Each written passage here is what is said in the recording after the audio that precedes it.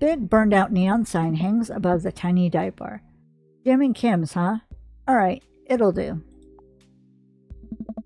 The bar is small and dimly lit. A crack of pool balls sounds in the back as patrons laugh and joke. A string of multicolored Christmas lights hover over the bartender.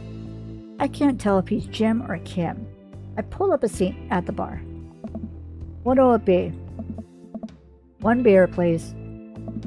Sure thing, boss. Bartender slides me an ice-cold beer. I take a sip and enjoy the refreshing taste. Hey, are you Jim or Kim? I'm Neil. Puh. Oh.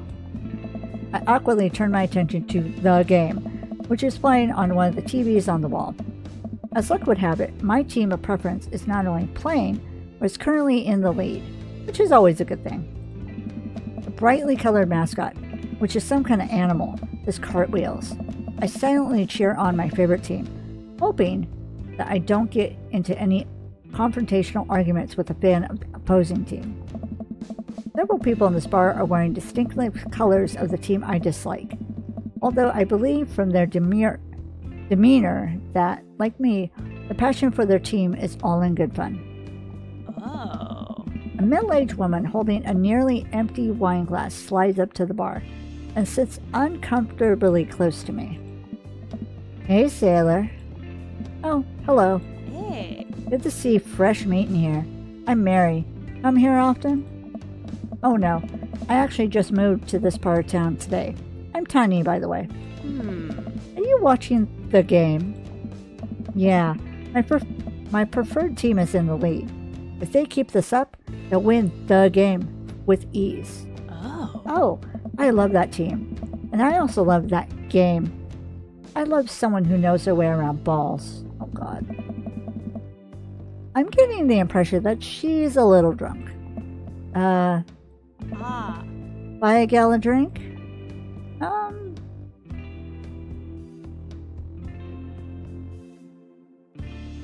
I'm not gonna buy her a drink. Maybe some other time. Come on. Do it yourself, sailor. Mary saunters off, setting her sights on the newest bar patron to enter. I happily watch the game over another beer. The game has gotten closer in terms of points. A little too close than what I'm comfortable with. After a particularly skilled player scores a number of points for the other team, putting them in the lead, I hear an affirmative grunt from another man at the bar. Go team. He sits alone, brooding over a beer and keeping an eye on the game. Enjoying the game? I am now that we're winning. Oh, we must be rooting for different teams. In my opinion, my team is far superior.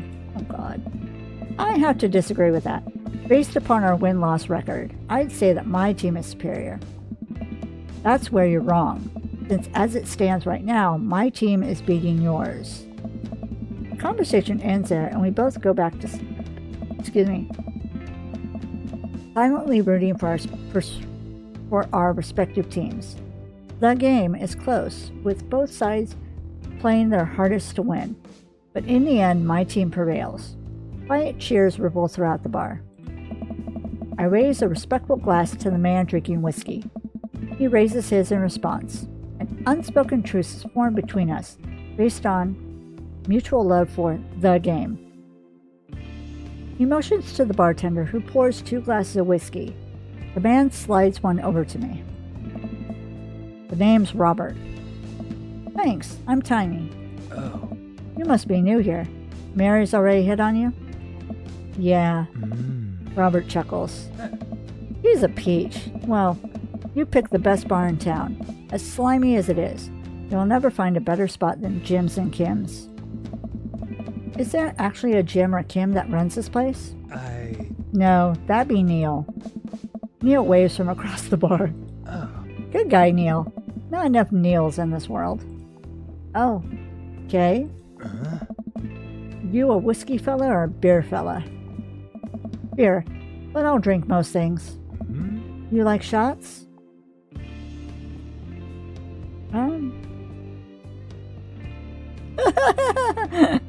Sorry. I'm gonna say I love shots. No, I'm gonna say I like shots. Huh. Thank you. Robert nods to Neo, who serves up 2 shots of whiskey. He hands one over to me. Oh, his looks softened. Oh. Here's to your health. We take the shots. The whiskey burns going down, but I try my hardest to look tough. There. Wait, I think this is what making friends is. Okay, Tiny. This guy's out of my friend league, but I think if I play my cards right, we'll be pals in no time.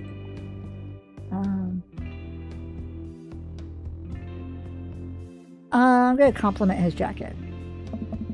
I like your jacket. Thanks. Been in my family a long time. Passed down from firstborn to firstborn. Cursed, some would say. Man, this guy's mysterious. And cool. Hey. Way cooler than I am, at least. Robert signals to the bartender for another round. What are you doing here tonight? Trying to make friends. I'm new in town. Figured it might be good to put myself out there. You seem pretty cool. The key to being cool is acting like you don't care about anything, but actually care very deeply about everything to the point where it's debilitating. Really? Hey. Robert downs the rest of his drink. Of course not. He gets up. There. Be right back. Gotta powder my nose. Never seen Robert this talkative. He must like you. I guess so. I gotta admit that Robert has a gruff charm to him. If a guy like that thinks I'm cool, then I really must be. Robert comes back from the bathroom and grabs his leather jacket. I'm gonna go home. You heading my way? Robert and I leave the bar and find ourselves walking in the same direction. Hi. I live in this cul-de-sac down the way. Oh.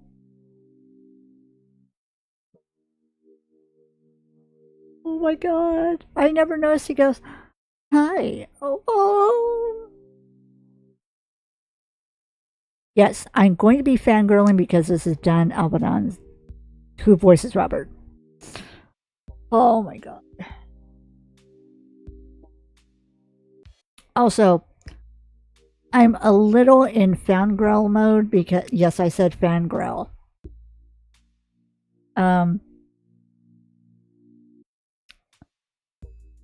Because I just learned earlier today that, or as of recording this, that Dan Abaddon has done a cover of the main theme for House MD, which is Teardrop.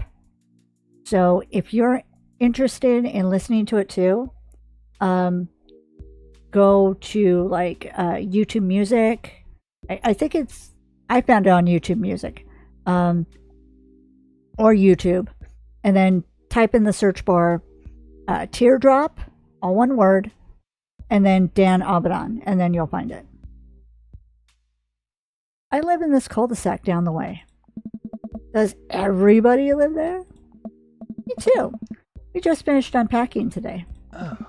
Great place to be. Good neighbors. Well, some of them. Who's that? We get to Robert's house, which is just a few houses away from mine. We stop and he turns to me. I don't kiss and tell, Tiny. So are we doing this or what? What? You know. Do you want to come inside or not? A wave of realization rushes over me. I blush. I'm going to say no, thank you. I'd better call it a night. Catch you around? Sure. I head home, head buzzing with whiskey. What do you mean by, we going to do this or not? I plop down on the couch, and I'm asleep before I even get a chance to take my shoes off. I wake up to a text from an unknown number. Rise and shine, early bird. Still want to work out? This is Craig, by the way. Holy crap, it's 6 a.m.? Who does 6 a.m. anymore? Without realizing it, I drift back to sleep. Whoops, must have winked back out. I checked my phone again. Hey bud, still want to get your swole on? I'm ready to tear up the track. Hit me up. God, the last thing I want to do right now is work out. But it's Craig. I do want to catch up.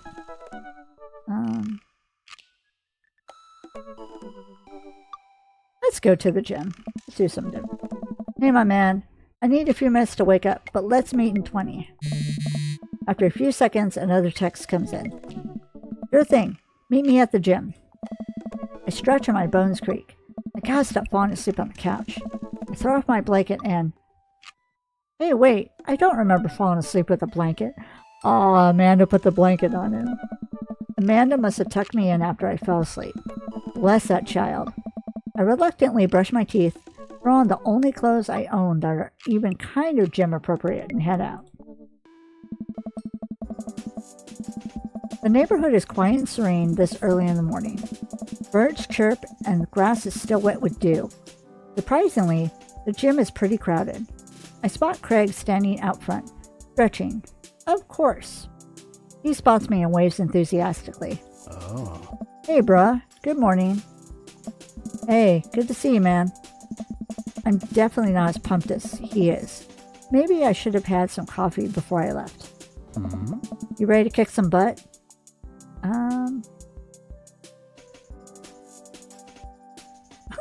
I'm gonna say hell. This is it. This is how I Mm-hmm. It'll be alright, dude. We'll ease you into it. Bro. Oh, he didn't like that. We head into the gym and I'm immediately intimidated. All of these people look like they could break me in half. And it seems like Craig is friends with all of them. Oh. He high-fives and finger guns all the cool jocks in the room.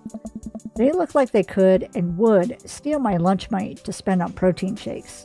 Oh. Come on, bud. Let's warm up. We head over to the treadmill and start walking. Okay, I can walk. Walking's good. This is a decent place to be. Walking. So, I know we're on treadmills. Yes. And those over there are ellipticals? Very good. What is all this other stuff? God, Craig laughs. Hey. This might look a little scary, but I guarantee that all of them serve a specific purpose for building muscle mass. I watch as a dude in a muscle tee flexes a muscle I didn't know existed on a machine I think was once used to process grain into flour. Oh God. What is that? What is that guy doing? Why is that guy doing that to himself? Nice. That's a good question, bro. What do you think he's doing? Oh no.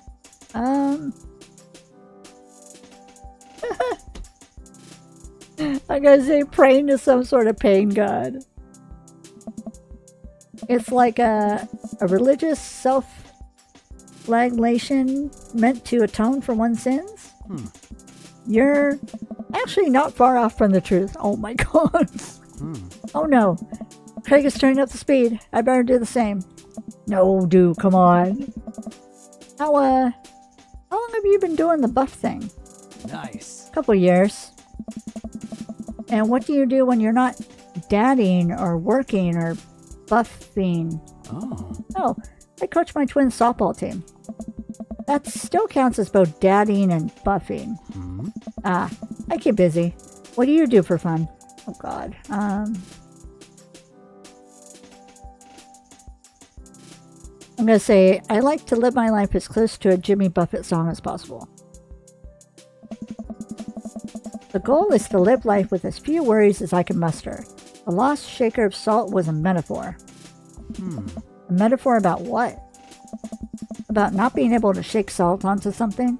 Nice. We're jogging now. Oh God, we're jogging now. I look over to Craig, who hasn't even broken a sweat. How is he doing this so effortlessly? Duh. I can feel my life force draining through every orifice of my body. Hey, remember when my fish passed in college? No? I don't like this story. Oh my God, is he really bumping up the speed again? I guess I better do it too. Stop. Oh my God. Oh, this is fast. This is very fast. Hmm? And we were at that party, and you vowed to make me feel better. You tell me to create a distraction, so of course I do a sick keg stand and get everyone cheering. And then I try to steal a fish from the fish tank at the party with my bare hands like an idiot. Hey! And then you drop the fish and it's flopping around and you panic. So you run up to me post keg stand with a passing dirty fish in your hands that you scooped off the ground, and you're yelling at me that we have to leave. Hey! That we're running out of a frat party with a fish and trying to get him mouth-to-mouth resuscitation. And we get him home and get him into a boil of water, but the prognosis was grim. And then the next day he's alive and well. Nice! They never did catch the great fish thieves at Grand Ridge U. And they never will. I shoot off the end of the treadmill and crash into the wall. Oh, that hurts. Hey! Dude, bro, are you okay? Oh my god, these decisions were so funny. Greg offers me a hand and looks me over for injuries. I'm fantastic. I managed to stand up and rub my back. Doesn't hurt now, but I'm sure it will later. Oh, man. You don't have to push yourself like that. I always know your limits. Or always know your limits. Well, I think I might call our gym adventure here. You sure? Yeah. Alright, well, here, I brought you this. Frank hands me a shaker bottle full of a thick green liquid. I stare at it with what must be apparent distaste. Oh. It's a protein shake, bro. Oh, thank you. He wants me to drink it. Oh boy, here it goes. I take a small sip. It's actually delicious. Wow, this is really good. Bro! And good for you. It's my special recipe. I'm pretty proud of it. Nice! Let me know if you ever want to work out again. Maybe we can try running around the neighborhood if treadmills aren't your speed. No pun intended, bro. Good one. Well, I'm gonna go put some ice on this. Everything. I'll see you around. God. I leave the gym feeling ashamed. Craig used to order delivery from the pizza place across the street from our dorm, and now he can run circles around me, literally. Man, I gotta work on this dad bod. I get home and lie down on the couch. Hurts to move. Oh God, I'm so old. Uh-oh. Oh no, I must have fallen asleep. What time is it? Shoot, it's 3:55. I'm supposed to be at Amanda's school in 5 minutes. I frantically pawn some clean clothes, apply a generous amount of deodorant, and run out the door. Oh God.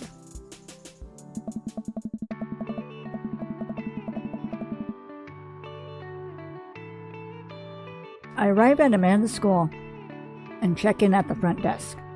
They give me a bright orange visitor sticker and send me on my way. I'm barely awake and feeling pretty haggard, but hopefully nobody will notice. I check my watch and I'm relieved to see that I'm only 2 minutes late. Wait, was it room 103 or 108? I spot a youth standing at his locker and approach him for help. Excuse me, do you know where Mr. Vega's classroom is?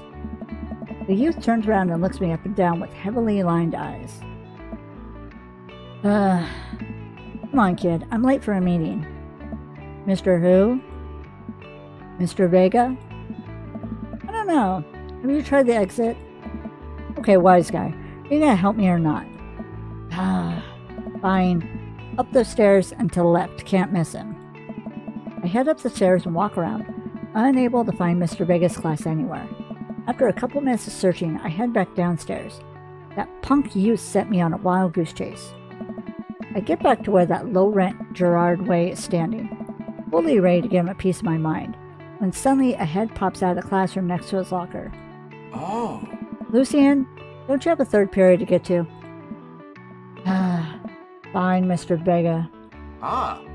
Wow. Now I'm officially 10 minutes late. I glare at him as he walks away. We're not cool. You must be tiny. This period's almost over. Would you mind waiting in the back? Mr. Vega leads me in and I take a seat in one of the comically small students' desks in the back. I might get stuck in this. Hmm? All right, where were we? Now, who can tell me about the unreliability of the narrator in J.D. Gallagher's Catcher in the Rye? Yes, Colin? Colin stands up and does the thing where he blows into the crook of his elbow to make a fart noise. Ah. The whole class erupts in laughter. Hmm. All right, everybody. Very funny, Colin. Please sit down. Ah. Now, Holden Caulfield is an unreliable narrator in the sense that the bell for the end of the period rings. All the students immediately get up and make a break for the door. Whoa. Remember to do the reading and answer the response questions on page 194 in your textbook. Nobody's listening. Hmm? Or not, I guess. Mr. Vega turns to me and sighs. Middle schoolers, right? Don't you teach high schoolers? Both. You know, budget cuts. Right. Thanks so much for coming in. No problem, Mr. Vega. Oh. Please, call me Hugo. I don't know. I don't normally do these impromptu parent-teacher meetings, but as I'm sure you know, Amanda's a very bright student, and I'm concerned about her recent behavior. What's going on? I don't know. Amanda has never been the most engaged student, but I know she cares. Recently, though, she's been falling behind, did not complete assignments, and she's been doing rather poorly on tests. I normally chalk this up to senioritis, but this is strange. I thought Amanda always shared everything with me. It hasn't even crossed my mind that something might be wrong. I just wanted to ask, is everything okay at home?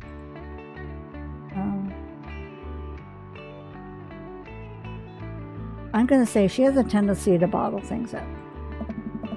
I haven't noticed anything different about her, but she always tends to put a happy face no matter what. See if you can talk to her about it. I know she values you a great deal and would appreciate your guidance. If she keeps heading down this road, I know how important art school is to her, and I would hate to see her miss out on scholarship money that she clearly deserves. I'll make sure to talk to Amanda. Thanks for letting me know, Hugo. Hey. Anytime. On my way out, I stop, thinking for a moment. I turn to Hugo. Hey, Hugo? Oh. Yes? Did you ever catch that rye? Oh. Yes. I leave the classroom and make my way out of the school. I'm still a little bit in shock that Amanda was able to hide this so well from me. She's always been such a force of positivity in my life, especially after we lost her father. Amanda must be done with classes for the day by now. I'm sure she'd appreciate a ride home, and maybe I can talk to her about what's going on. I pull up to the carpool, and Amanda hops into the passenger seat. So, did you have fun gossiping about me? Mr. Vega and I actually just gossiped about our celebrity crushes. So you talked about Mario Batali the whole time? It was a very productive meeting. I'm pretty hungry. Can we grab some dinner? Sure thing.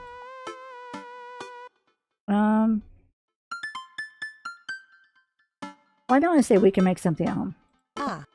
Cool. I think with our powers combined, we can throw together a gourmet meal worthy of the Food Channel. I don't know about that, but I can promise you it will at least be edible. Yeah. That's the spirit. We drive in silence for a short while. Amanda plays a game on her phone. I should say something. You know, sometimes when the kid gets older, they find that they have to keep things hidden from their parents. And that's okay, because sometimes that's what kids do. And that's okay, but also sometimes it's good to have the parents' perspective because, you know, maybe the parents have also dealt with similar situations. And maybe they're a little cooler than you give them credit for. Anyway, what I'm trying to say is that it's good to share. Love you. Have you been reading my tweets? You have a Twitter? What? Never mind. Look, sweetie, Mr. Vega said that you haven't been participating in class, and you're not turning things in. Oh, I'm fine, Pops. Senioritis and all that. I thought you liked Mr. Vega's class. It's fine. He's fine. We pull up to a stoplight and I eye Amanda. She's still texting. Just, I want you to know that you can talk to me about anything. Oh. Uh-huh. I can tell that whatever it is, she doesn't want me knowing about it. That's frustrating. I heard Emma R. is going to that fancy art school in California. That's exciting. Yep. Are you bummed out that you guys aren't going to the same school? Yep. Amanda keeps texting. Stifles a laugh. What's so funny? I don't think you'd get it. Okay. Who you texting? Noah. Who's Noah? My friend. Does he go to your school? Yep. Do you like Noah? Hey. What? No. Dad. I can't believe you would. Ugh, Dad. I mean, geesh. Why would you? Ugh. Gross. Sorry, just asking. Dad, he's just my friend. Guys and girls can be friends. He's my friend. Okay. Geesh. This is going well. Well, good talk. Love you, kiddo. He leans forward and turns up the radio. I guess that conversation is over.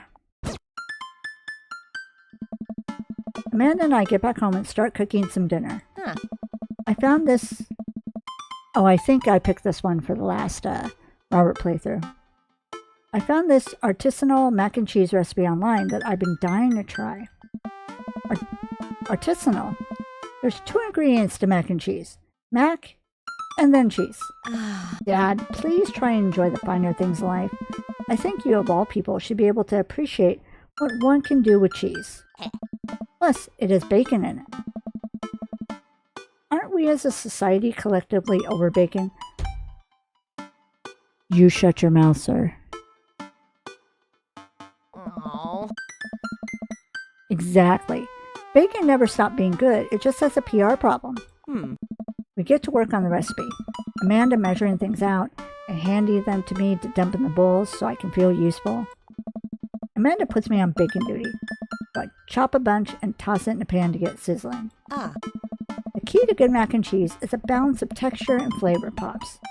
Not only are we going to want the fullness of the cheese and bacon, but we also need to counterbalance it with the crunchy mouthfeel of breadcrumbs. I'm going to check on the bacon. It's still pink and rubbery. I give the pieces a little stir. Wait, what's a mouthfeel? You know, when you eat stuff and the texture,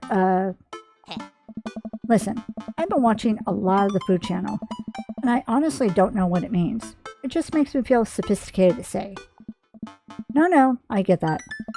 Every time I watch that channel, I just feel in order, hungry, jealous, insecure about my cooking ability, and then hungry again. I like the mouthfeel of that sentence. Oh my god. Amanda, mouthfeel isn't just about food.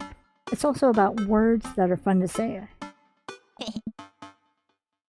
Gregarious.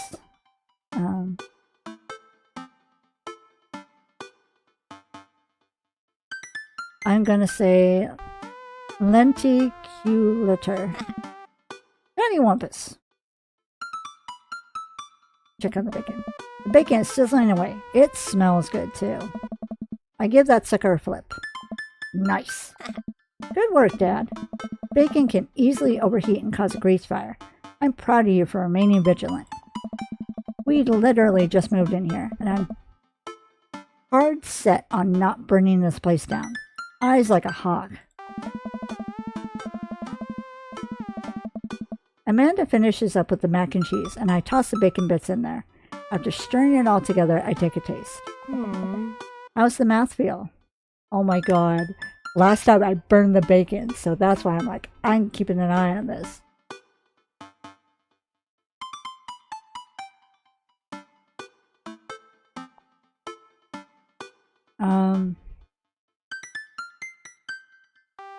Am I gonna say taste-tacular? Oh my god. Not an actual word, but I'll allow it. She tries a spoonful. Taste-tacular. We settle in on the couch with our bowls of mac and cheese. Oh, cool. Long Haul Ice Road Paranormal Ghost Truckers is on. Your favorite, right? Oh, hell yes. They have to make it over the Canadian tundra before the ice road melts. But also, they're hunting ghosts. Oh. Also, the trucks are haunted. This is an episode I've already seen, but it's one of the best. Callum and Flint Dogbone, the twin brother truck driving and ghost hunting duo, find themselves in the greatest peril yet. Oh no, the ghost done got control of the truck. I can't steer on them damn ice roads. Them there damn ice roads. Let me use this EVP meter to try and communicate with the spirits. Flint, we're about to go. Ah, almost got it. If you listen carefully, it sounds like they're saying, you're all gonna pass. That's because we're about to pass you. This is art. The episode ends and Amanda excuses herself to go and start arguments on the internet. I stay up a little longer, curious about the exploits of Callum and Flint Dogbone after their disastrous ice road incident. Afterwards, I crawl into bed and get a good night's sleep. Okay, cool. Zzz. Morning, sleepyhead. 5 more minutes. You have never ever let me have 5 more minutes, so get up. Fine. We have cereal for breakfast and spend the morning putting together furniture. Amanda is much better at interpreting the tiny manuals. We're able to put together a few shelves and one desk, but I'm pretty sure it was supposed to be a bookcase. So, you excited for the cookout today?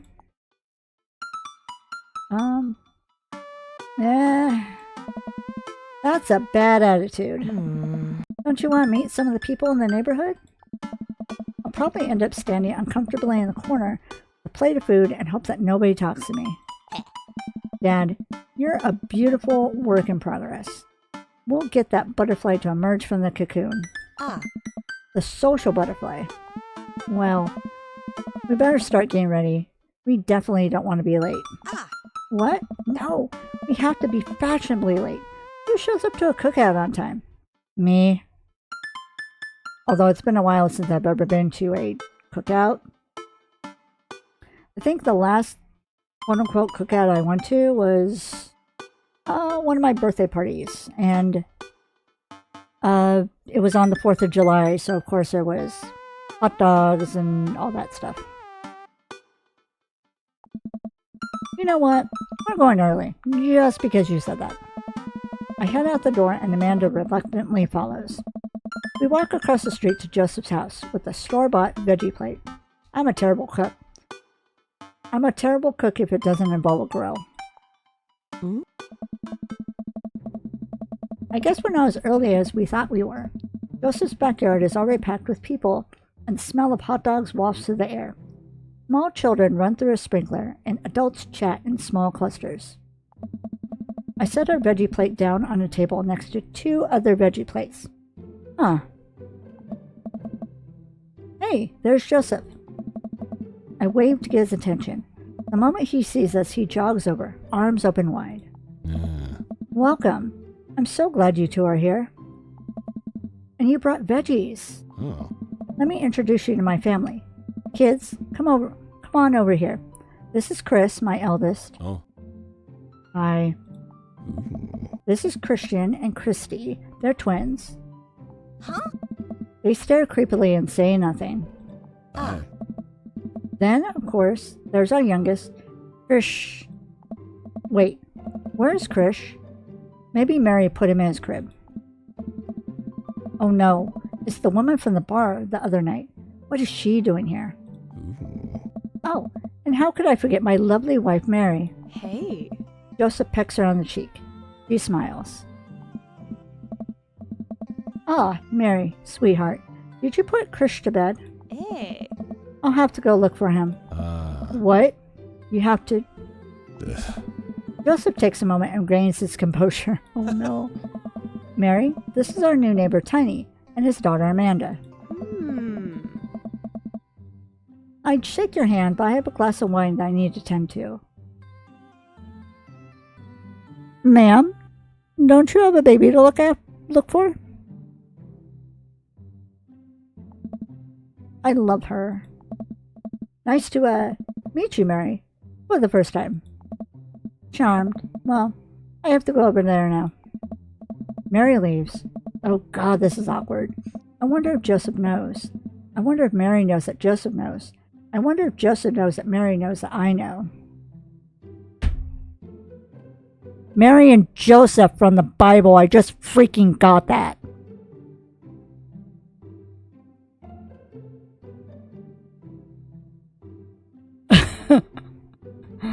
Okay. Oops. This is what happens when you do multiple playthroughs of a game. You're able to catch different things that you didn't catch previously. If you caught that before, don't say a word. Not a word of my mocking. And if you didn't catch that before, then good. Then at least someone else is on the same page as I am. It takes all my energy not to run away from the barbecue and start fresh in a new city. Oh. My wife has a wonderful sense of humor. But please, you two enjoy the barbecue. Ooh, excuse me. All the guys are really excited to meet you. Here, let me introduce you around. Have you met Matt yet? Who? Hey, Matt. Come meet our new neighbors. This is Tiny and Amanda. Amanda and I both give him a wave. Hey, yeah. Hey, I'm Matt. Nice to meet you two. Matt runs a coffee shop down the street. He bakes a mean carrot cake. Hey. Matt grins sheepishly. Aw. I really enjoyed my Matt playthrough. He also knows everything about music. His record collection takes up a whole wall of his house. That's me, the music guy. That's a bit of an understatement. He also used to be in a... Hey. I'm just a music guy. Always stoked to discuss music. Tunes and stuff. Oh. That's so cool. I love music. Hey.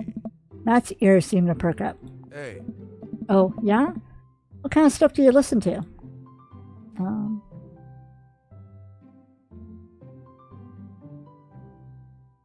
I'm gonna say top tier stuff was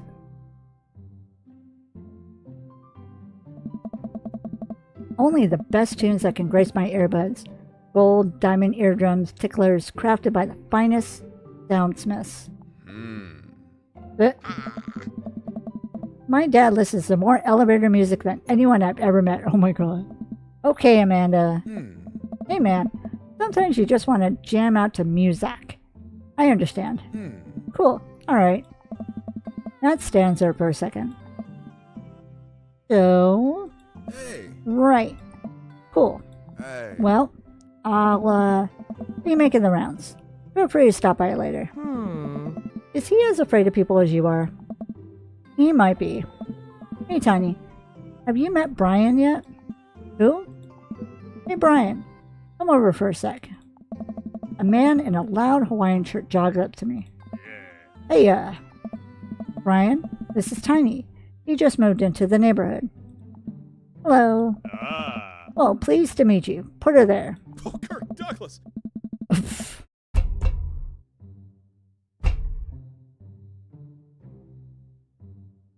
The fact he's like, oh, Kirk Douglas. That will always make me laugh whenever I catch it. Brian pulls me into a handshake, engulfing my hand in a vice-like grip. Oh, yeah. I let out a small squeak after my hand bones had been ground to dust. Not much of a handshake guy, huh? Oh, God. Guess I'm more of a hugger. No, don't say that. Which house did you move into? The ranch-style one in the cul-de-sac? Oh, the one that's just like mine, but smaller. That kind of hurts. Is he trying to one-up me? When I go to date Brian, that's going to be so hard. My instinctive dad competitiveness kicks into gear.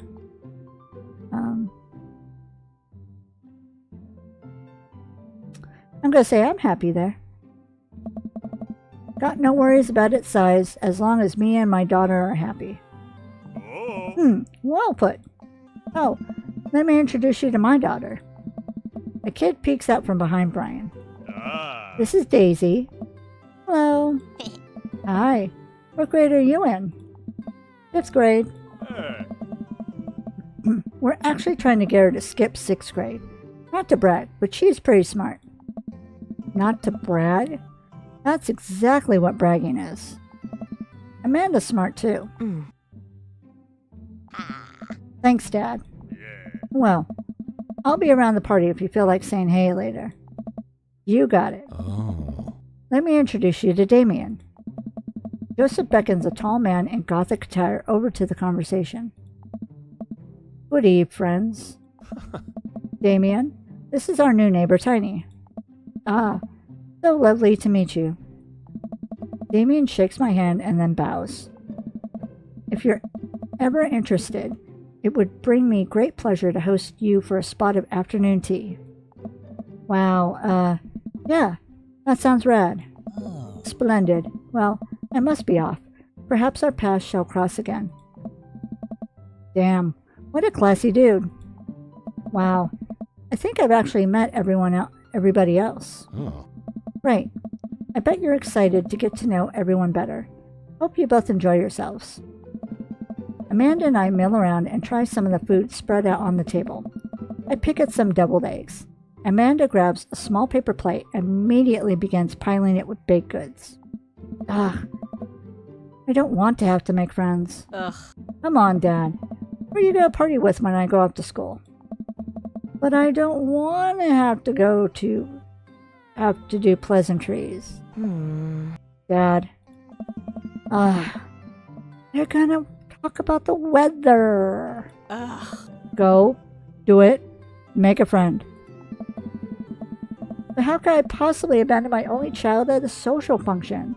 That's bad parenting. This plate of cookies is my new dad. Bye.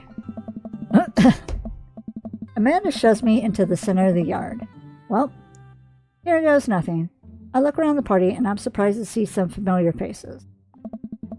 Oh, it's the coffee guy. Or is he the music guy?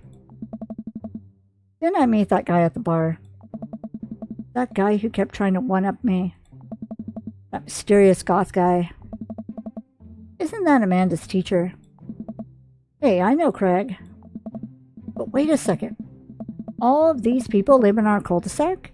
That can't be right. I better investigate. I'm going to talk to Robert. I glance around the yard and notice Robert and Brian chatting over drinks. Man, I don't think I want to deal with being run up by Brian or whatever happened with Robert last night. Oh no, they caught me staring. Oh no, Brian's waving me over. Shoot. I flash a smile and walk over to them. Hey, guys. Tiny, how the heck are you? Settling into the neighborhood all right? Oh, you betcha. Got the living room in order at least. That's great to hear. I've been doing some living room work as well. Finally got the 50-inch in there. The game looks great in high def. Oh boy. Oh. Tiny, have you met Robert yet? Yeah, we've met. Robert regards me over his whiskey. Good seeing you again. Positive. Yes. Ah. We were just talking about my most recent camping trip. Spent a night out in the woods with Daisy and Maxwell. She's definitely an outdoorsy one. Even caught her first fish. Huh. It's good to see you talking. It's good to see you taking your daughter out like that. I bet she loved it. The smile. I love this. Hey. And it's great that she loves the outdoors. Mine loves being inside. Brian raises his eyebrows at me. Being inside, making art. You won a local competition for that art. Yep. Did I put it on too strongly? Robert, why are you frowning? Robert stares at me blankly for a second. Oh. Anyway, Whoa. I haven't gone camping in years. Not since the last time. Same here. Well, things change once you have Wait, what happened the last time? Hey. Robert takes a long sip of whiskey. Well, old Johnny Boy and me were out in the back country. Johnny Boy's a strong kid. Met him in my army days. Comes from Kansas. They built him tougher out there. Anyway, things go south pretty quick. Johnny Boy breaks his ankle when the rope bridge snaps. You could see the bone popping out through the skin. Johnny Boy's screaming now, crying for his mama, losing blood. We're 2 days out from the next living soul. And here I am with my dear friend bleeding out in front of me. I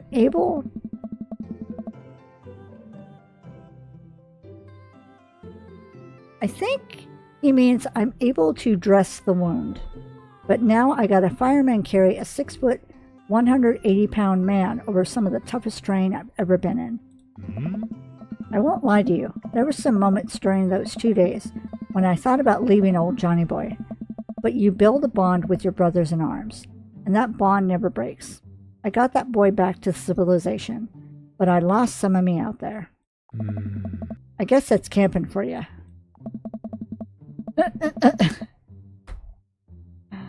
Brian and I stare in disbelief. Robert takes another long sip of whiskey. Oh.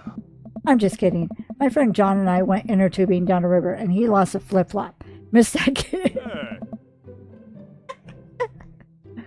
Brian and I laughed nervously. He said flip-flop. Oh my god. Or am I kidding? Brian and I tense up again. Hey. I'm kidding. Ew. Amanda and Daisy barrel up to us, laughing. Daisy is holding a paper plate in front of her like a steering wheel. We gotta get off this haunted truck. Oh no, the ghost locked the doors. Yes. Quick, hit the emergency escape button. But trucks don't have emergency escape buttons. Then hit the brake, I guess. And then we'll get out of the truck. The imaginary truck. Yeah. Anyway, we're safe from the ghosts. But how long will we ever survive this Arctic tundra? Daisy, you might have to eat me. Are you prepared to do that? I'm prepared to do anything to survive. Oh my god. That's cold-blooded. I like that. Although I'm not sure I have the materials required to properly cook you. You know, that reminds me of the last time I went skiing. Oh my god. Robert? Wait a second. Are you guys playing long-haul ice road paranormal ghost truckers? Yeah? Amanda and I love that show.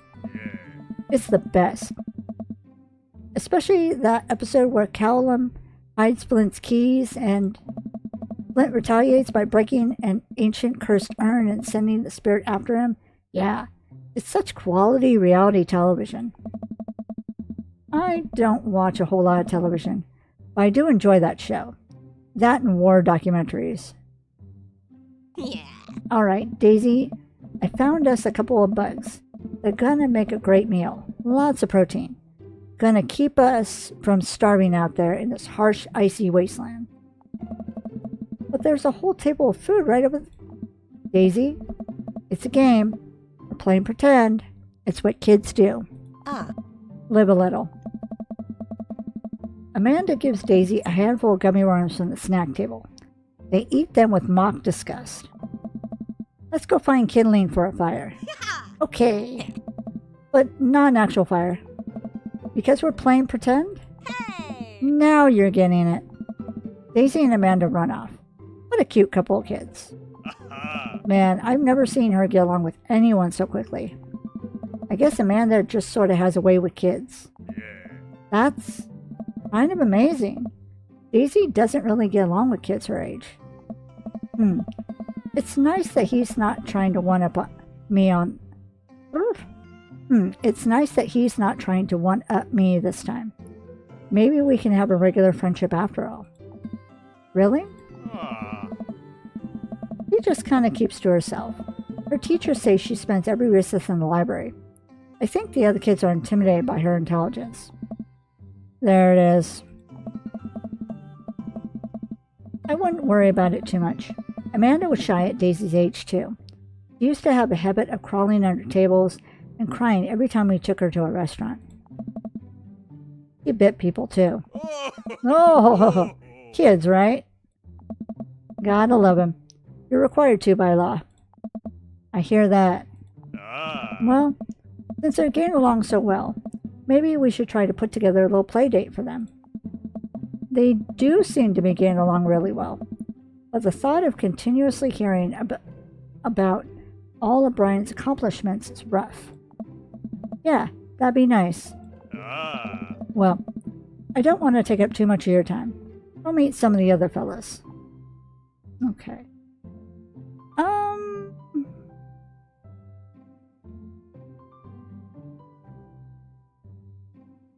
What if I do burger time? Oh. And without further ado, let's work some magic.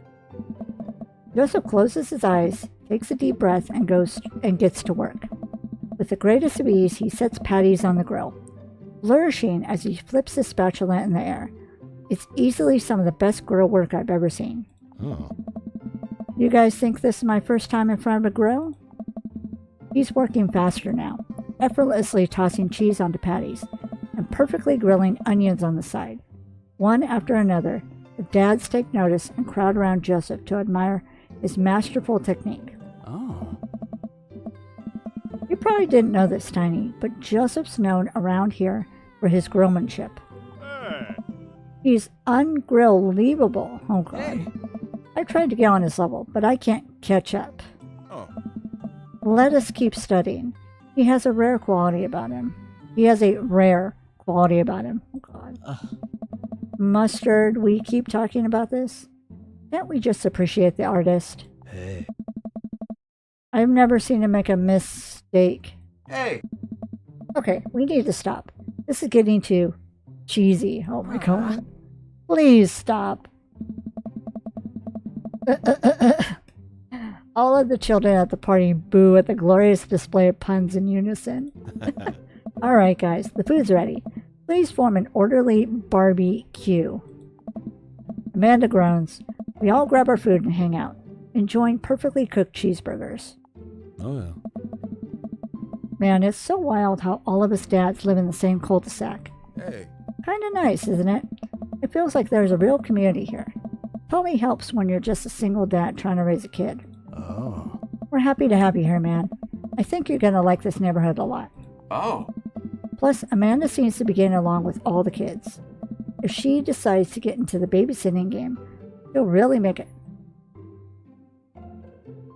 fortune. Hey, why don't you add us all on Dadbook? Dadbook? Oh. Yeah, it's a great social network for dads to keep in touch with each other. We're all on it. So if you ever need to reach out to anyone, that's the simplest way to do it. Oh. Sorry, I'm just an old-fashioned dad. Social media goes over my head sometimes. Don't worry, Pops. I'll help you figure it out. The rest of the barbecue goes smoothly. We all trade stories and drink beer as our kids play on the lawn. Amanda breaks up a fight between Carmencita and those weird twins. I think they wanted her soul.